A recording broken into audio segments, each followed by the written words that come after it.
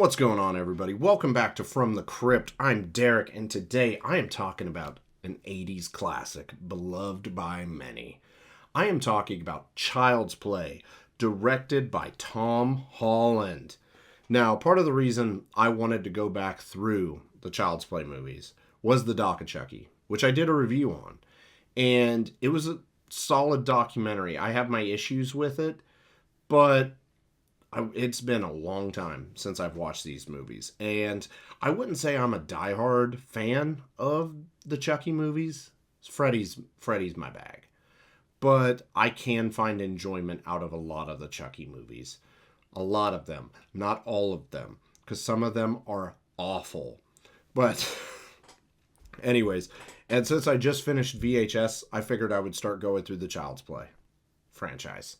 And talking about that. So I haven't seen anybody talk about that really in a hot minute, but I could just be living under a rock. So this movie came out forever ago. I watched it on YouTube, I believe. I think it was YouTube Premium. It was just one of the free movies on there. So I was like, yeah, let's do that. And yeah, we're talking spoilers. The movie came out in 1988, so you don't blame me if you're like, what? The doll's the killer? What? Just don't. Please don't. Anyways, super quick plot synopsis. A struggling mother buys her boy a toy for his birthday. And it is not just a toy. So, who is in Child's Play? Well, we have Alex Vincent as Andy Barkley. Catherine Hicks as Karen Barkley. Chris Sarandon as Mike Norris. And I literally almost forgot to say, Brad Dourif as Charles Lee Ray / Chucky. So, I'm going to do things a little bit differently with this because I don't have my normal format for this. I'm going to just read off some notes real quick. But I'll try to keep it with what's good and what's not. So, what's good? Catherine Hicks, right out of the gate. She, in my mind, is the perfect TV / movie mom. And yeah, that could also be probably because she was in Seventh Heaven and was the mom in that too. But Karen Barkley, just the fact that she is a single mom in Chicago, struggling to make ends meet, working a shit-ass job at a department store with a boss who honestly needs kicked in the nuts with steel-toed boots, by the way. I can't remember that guy's name, but hopefully he's burning in hell wherever he's at. That guy was a dick. I guess I should say the boss character. The actor just did a good job, I guess, whatever. Catherine Hicks throughout this movie, she gets, she sees the disappointment on Andy's face, and then she gets the opportunity to get him that toy, and then you see her legit lighting up because he is happy, and then, shit goes haywire, and at first she's like, oh my god, what's going on? But then, throughout the course of the movie, she figures out what's going on, and just, her performance is just great. Alex Vincent as Andy was a good kid actor. I think he could have been a little more grateful that his struggling mom got him the presents that she got him for his birthday. But then again, the mom shouldn't have also put clothes in a box that was the size of a good guy doll box. That would set anybody up for failure. One funny thing I will say, and it's not a pro or a con, but just the breakfast scene in this movie when, right after the toy store stuff goes down and Andy's making his mom breakfast in bed on his birthday. It was adorable. See the little kid making his mom breakfast. But man, if I would have done that shit when I was his age, when I was 6 years old, I would have gotten my ass beat. For one, probably almost burning the house down with the toast. Two, spilling shit everywhere. And then carrying the mess all throughout the apartment. Oh, man. I would have got my fucking ass whooped if I would have done that. But that's just, I don't know. Different strokes, different folks, I guess. Mrs. Barkley is probably the one character in this franchise, with Norris being number 2. They need to come back. Because, Andy's came back. Kyle's came back. You got characters in the other movies. We can talk about those later on when we get down to that. But Mrs. Barkley needs to come back. And she needs to be married to Mike Norris. I will accept nothing less than that. There were multiple sequences in this movie that are straight up tens and just iconic as all fucking hell. And I like the car scene with Mike was awesome, but the batteries, like when she finds the batteries, that whole just sequence, it really does, it grabs you, pulls you in, and you're like, what the fuck? Especially if it's your first time watching it, or if you're just, I don't know, if you literally have been living under a rock.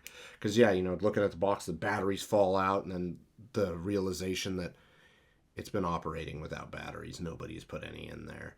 And then just the suspense. Pulling it open, and, hi, I'm Chucky, wanna play? Like, and then him coming to life when he's getting ready to get thrown in the fire. Easily one of my favorite moments throughout the entire franchise. It's just classic. It's iconic. Just, oh man, just great. Great all around.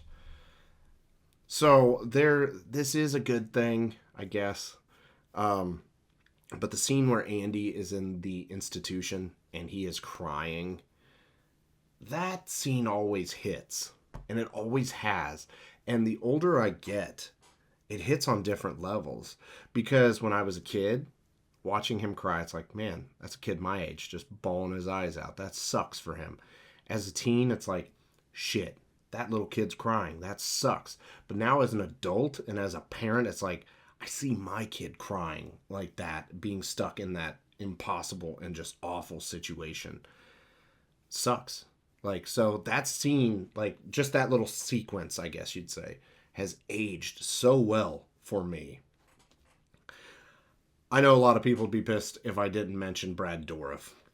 Honestly, I feel like I shouldn't even have to, but because everybody knows that by now, and if they don't, I guess I'll say it for you. Brad Dourif they're perfect.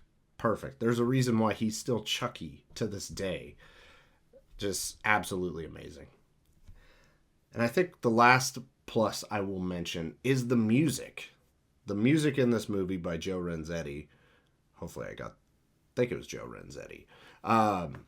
Just awesome. Especially the end, theme, that's playing during the credits after they already blew Chucky away through the heart. So good. So, what's bad? Or what was I annoyed with Child's Play? It's okay. This is an annoying thing, but it does turn into hatred. Sometimes the way Alex Vincent says, Chucky! Or Chucky! I don't know, it's like nails on chalkboard for me sometimes. It's like, ugh, not liking that. Also, typical movies, but cops interrogating a 6-year-old? Yeah, okay, that's legal as fuck. Whatever. And the mental institution. I know this is a weird one to be nitpicking at, but there were no windows in there?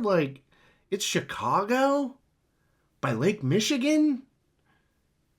Cold as fuck, anybody? Come on.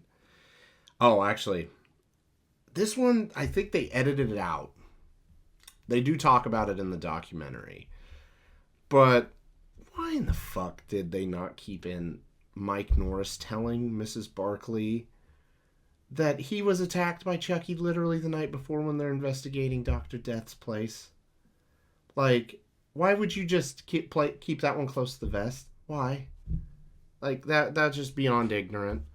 And after watching Doc of Chucky, you can kind of see and tell that, some stuff was cut out. Because they openly admitted they cut, I think it was 27 minutes out of the movie from Tom Holland's original cut. Now, the movie's awesome. I'm not going to pretend it isn't. But some of that stuff, it's could we really not have spared 30 seconds there? Just to avoid this not Easter egg, just to avoid this bullshit that is going on later on. It makes no sense whatsoever. And no bad performances or anything in my mind. Yeah. I guess the kills, kind of. Maggie falling out a window. I get that's not about the actual death, but I don't know. And then Eddie Caputo just being blown up. Dr. Death's kill is good, though. I should have put that in the what's good, but when you wing it, Crazy shit happens when you party naked. So, rewatch by review time. Would I watch this again? Yes. Oh, I definitely will have. It's not one that I watch like every year, but I will throw it on every once in a while. Spoiler alert, I kind of already bought all the Child's Play movies in a collection, so I guess I don't really need to ask that question going forward. But what score would I give this movie? I'm going to give it an 8. It's a solid 8. It's not perfect by any means, but it is still fun. And if you're into killer dolls, you know, this is the franchise. Like, that sounds like something I shouldn't have to say, but you never know. Sometimes you gotta talk to people like they know literally nothing. And I learned that in speech class. So we'll go from there. But that will do it for Child's Play, guys. Make sure to comment down below. Do you like the Chucky movies? What's your favorite? I'm going to get to it eventually. Do you hate the Chucky movies? I know a lot of people do. And those are the people I definitely kind of want to talk with, just for a differing opinion to kind of see why they hate it. But anyways, drop a like on the video if you enjoyed listening to me ramble today without any notes, if that wasn't abundantly clear. Consider subscribing to the channel, because I have other reviews. We have our main episodes. We're always trying to grow and do fun stuff. And yeah, all that little stuff goes a long way. Might not mean much to you. It means the world to us. But that will do it. So until next time, have a good one. From the crypt, his voice will rise. Him